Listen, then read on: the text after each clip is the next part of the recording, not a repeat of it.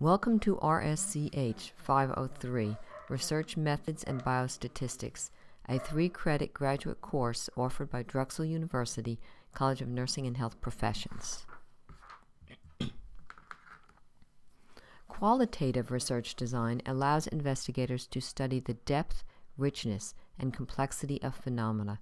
Such study uses a systematic, subjective approach to describe life experiences and give them meaning. The basis for analysis in this approach is words, language, rather than numbers. From words used by subjects, more abstract concepts or themes evolve. Such language analysis does not infer causality. Rather, it helps investigators comprehend the whole of a phenomenon of interest.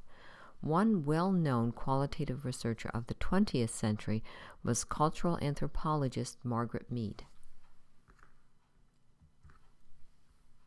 The logic of qualitative research is holism, the holistic worldview that is grounded in 3 beliefs. 1. That there is no single reality. 2. That reality based on perceptions is different for each person and changes over time. And 3. What we know has meaning only within a given situation or context.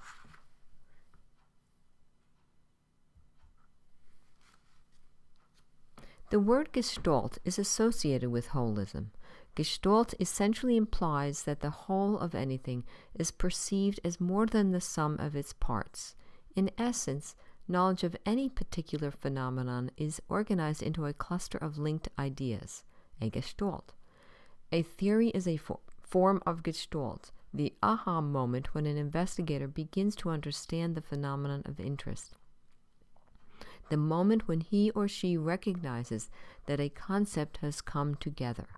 That is, a gestalt moment.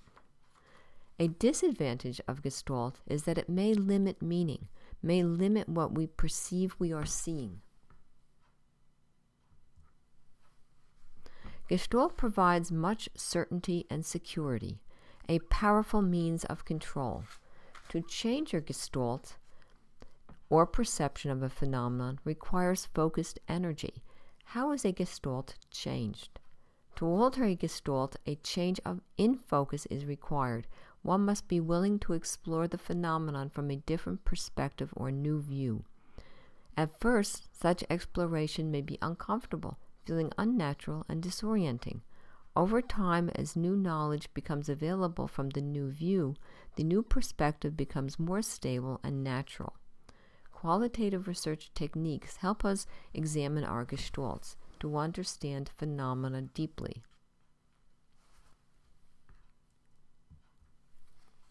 As gestalt changes, it becomes deconstructed. The phenomenon of interest can no longer be seen from the old gestalt perspective. Once deconstructed, one cannot return to the old perspective. Deconstruction can explore a phenomenon deeply. Such exploration requires openness, a willing to really look expansively at a phenomenon. This takes time, energy, and qualitative research techniques. A researcher must probe fairly deeply to see new, different views. Such qualitative probing, however, secures depth of understanding of complexity. As one achieves knowledge in this manner, the new perspective or view becomes stable, giving greater control than the older, more sedimented view. To change nursing's gestalts, qualitative research methods are employed. These help nurse researchers to get out of the traditional nursing box of thinking. Nursing has a very strong, traditional, sedimented view of phenomena, such phenomena as role of the patient, role of the nurse, what is a profession, who can diagnose and treat, who constitutes the health team, and clinical concepts such as pain and others are viewed from deeply embedded gestalts that are difficult to penetrate and change. The first rule to change traditional gestalts is this: remember, there is no thought you cannot think. To hold to this principle, nurse researchers need to remain open to new perspectives. Qualitative research techniques support this principle. Each qualitative research study is guided by a particular philosophical stance or paradigm. A paradigm is defined as a typical example or pattern of something, a model. The paradigm or model directs the research questions raised, the observations made, and how the data are interpreted. Nurse researchers, similar to other professionals, explore paradigms outside of their field. Paradigms of others may prove valuable to research within the discipline. The question is sometimes raised regarding qualitative research. How is rigor obtained in qualitative studies? Basically, rigor is defined in several ways. It is dissatisfaction with uncertainty, with inaccurate answers, with imprecise measurements, with the spread between the plus and the minus. It is also being commitment to research design procedure, to the need for controlling all parameters that might impact the results of qualitative studies. Rigor is evaluated on the logic of the theory that emerges from a qualitative study, and the clarity with which findings shed light on the phenomena of interest.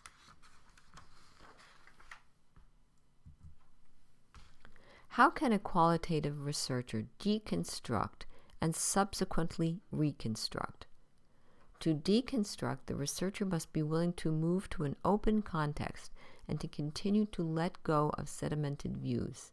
To reconstruct, the researcher must be willing to examine many dimensions of the ideas studied and form new ideas while continuing to recognize that the present reconstruction is only one of many possible ways of organizing ideas.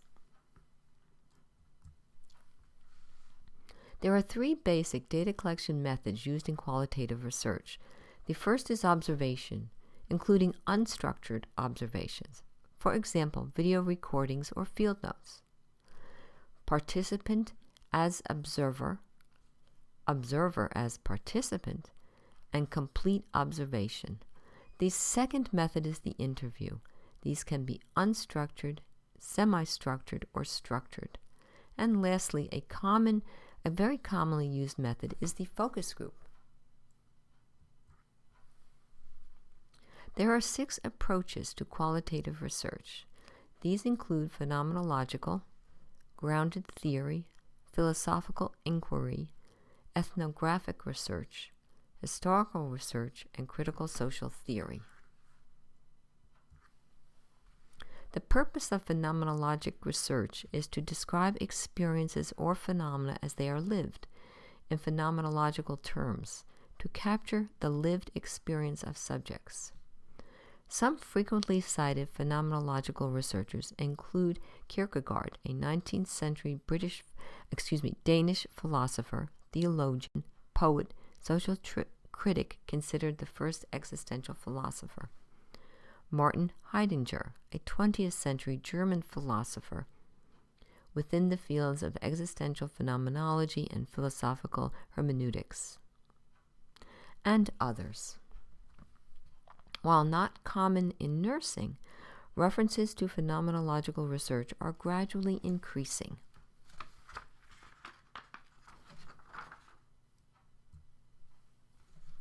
Phenomenological researchers view the person as integral with the environment. In essence, the world is shaped by an individual's perception of self, and the environment shapes self. It is a reciprocal relationship.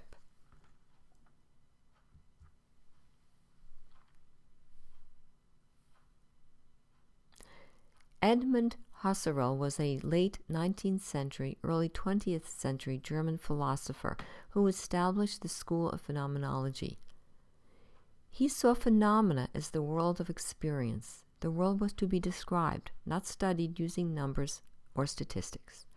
Martin Heidegger saw humans as being understood in the context of body-world, with unique concerns, the being in time notion. Reality, to phenomenologists, is subjective, an experience unique to each individual. As a phenomenological nurse researcher, such investigator must select a perspective compatible with this or her or his beliefs. The primary data collection method used in phenomenological research is the interview. The phenomenological researcher must be careful to understand what a subject is saying. The subject's responses are used to decide future questions or probing methods.